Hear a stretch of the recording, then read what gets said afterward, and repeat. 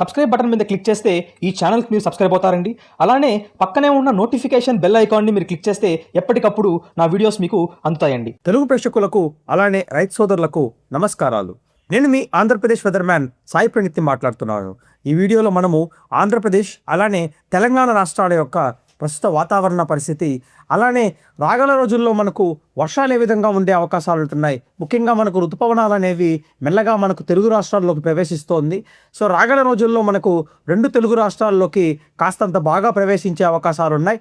ఆ తర్వాత మనకు ఋతుపవనాల యొక్క పరిస్థితి మారే అవకాశాలు కూడా ఉంది. దాని గురించి మనము వివరంగా మాట్లాడుకుంటామండి. కోస్తాంధ్ర జిల్లాల యొక్క వాతావరణ పరిస్థితిలో మనకు ఎలాంటి మార్పు అనేది లేదు. గత కొన్ని రోజులుగా మనకు పడుతున్న ఈ యొక్క ప్రీ మాన్సూన్ షవర్స్ అనేది మళ్ళా కొనసాగే అవకాశాలు మాత్రమే కనిపిస్తున్నాయి. అంటే భారత భూభాగంలోని మధ్య భాగంలో నుంచి సన్నటి గాలులు అనేవి మెల్లగా మనకు కోస్తా భాగం వైపుగా వీస్తుంది.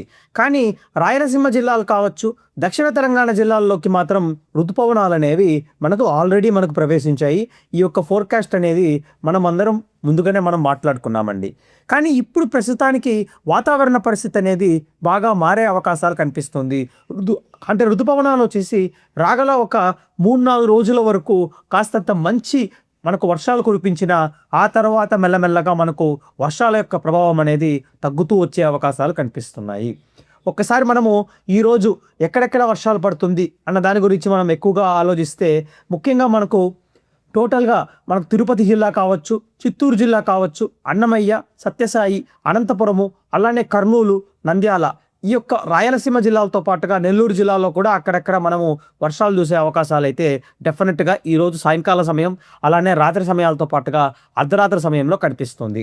మరోవైపున గుంటూరు, పల్నాడు, ప్రకాశం జిల్లాతో పాటుగా ఎన్టీఆర్ జిల్లా, కృష్ణా జిల్లా, అలానే గోదావరి జిల్లాల్లో మాత్రం అక్కడక్కడ మాత్రమే వర్షాలు ఉంటుంది. ఈరోజు సాయంకాలం కావచ్చు, రాత్రి సమయాలలో కావచ్చు. ఉత్తర కోస్తాంధ్ర జిల్లాల్లో కూడా ఈరోజు సాయంకాలం లేదా రాత్రి సమయాలలో అక్కడక్కడ మాత్రమే వర్షాలు చూసే అవకాశాలు కనిపిస్తున్నాయి. ఎక్కువ మోతాదులో మాత్రం వర్షాలు చూసే అవకాశాలు ఉత్తర కోస్తాంధ్ర జిల్లాల్లో కనిపించడం లేదండి. సో కానీ ఈ యొక్క ప్రభావం వలన తూర్పు తెలంగాణ జిల్లాలు కావచ్చు, దక్షిణ తెలంగాణ జిల్లాల్లో మాత్రం విస్తారంగా వర్షాలు ఉండే అవకాశాలు ఉంటున్నాయి.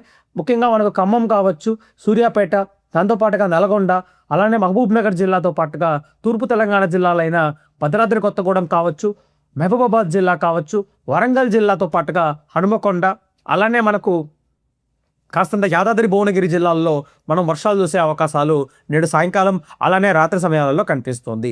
ఇది ఈరోజు ఉన్న వాతావరణ పరిస్థితి. కానీ రేపటికి ఈ యొక్క వర్షాలు అనేవి హైదరాబాద్ నగరంతో పాటుగా రాయలసీమ జిల్లాలతో పాటుగా దక్షిణ ఆంధ్రప్రదేశ్ వ్యాప్తంగా విస్తారంగా వర్షాలు కురిసే అవకాశాలు రేపు కనిపిస్తోంది. అంటే 11th జూన్న టోటల్గా ఈ యొక్క ప్రభావం అనేది రాయలసీమ, దక్షిణ కోస్తాంధ్ర, అలానే దక్షిణ తెలంగాణ జిల్లాల్లో ఉంటుంది.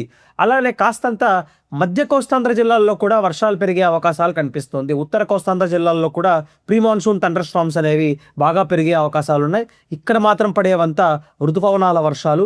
ఇక్కడ పడేది అంటే ఉత్తర భాగంలో పడేదంతా ప్రీ మాన్సూన్ థండర్ స్టార్మ్స్. అంటే దీని యొక్క విండ్ ప్యాటర్న్ అనేది డిఫరెంట్గా ఉంటుంది కాబట్టి ప్రీ మాన్సూన్ థండర్ స్టార్మ్స్ అనేవి బాగా ఏర్పడే అవకాశాలు ఉత్తర అలానే మధ్య కోస్తాంధ్ర జిల్లాల్లో కనిపిస్తున్నాయి.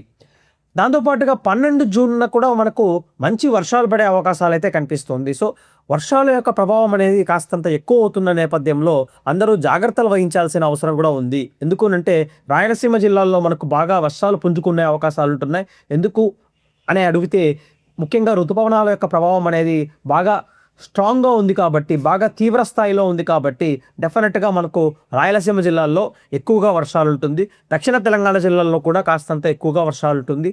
దక్షిణ కోస్తాంధ్ర జిల్లాల్లోని పశ్చిమ భాగాలు అంటే ప్రకాశం జిల్లాలోని పశ్చిమ భాగాలు కావచ్చు, నెల్లూరు జిల్లాలోని పశ్చిమ భాగాల్లో కూడా ఈసారి వర్షాలు పెరిగే అవకాశాలు డెఫినెట్గా కనిపిస్తోంది. అలానే ఉత్తర కోస్తాంధ్ర జిల్లాల్లో కూడా సాయంకాలం అలానే మధ్యాహ్న సమయంలో థండర్ స్టార్మ్స్ అంటే ఉరుములతో కూడిన వర్షాలు పడే అవకాశాలు కూడా డెఫినెట్గా కనిపిస్తుందండి 12 జూన్న.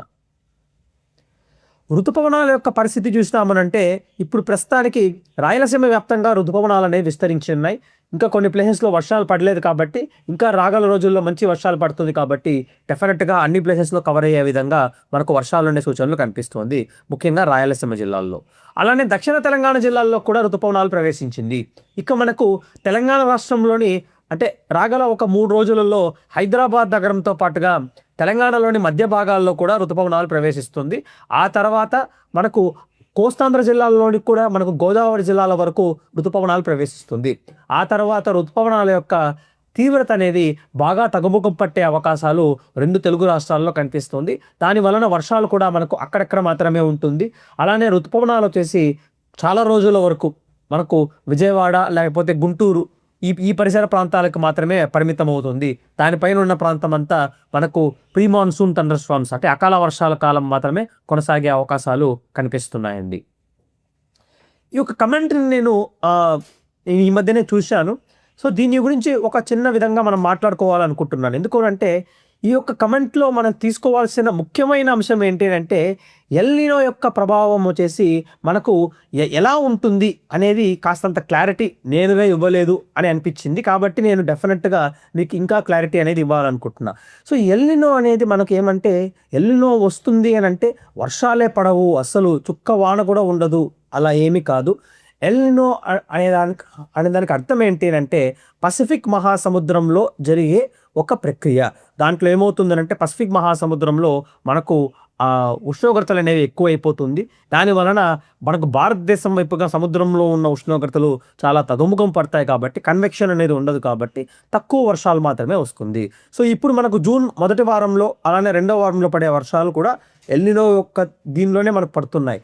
కానీ రాగల రోజుల్లో ఎల్నినో యొక్క ప్రభావం ఇంకా తీవ్రమవుతుంది. కాబట్టి అప్పుడు మనకు వర్షాలు అనేవి ఇలా తక్కువగా ఉంటుంది. కానీ వర్షాలు ఉండవు అని మాత్రం కాదు, డెఫినెట్గా వర్షాలు ఉంటుంది.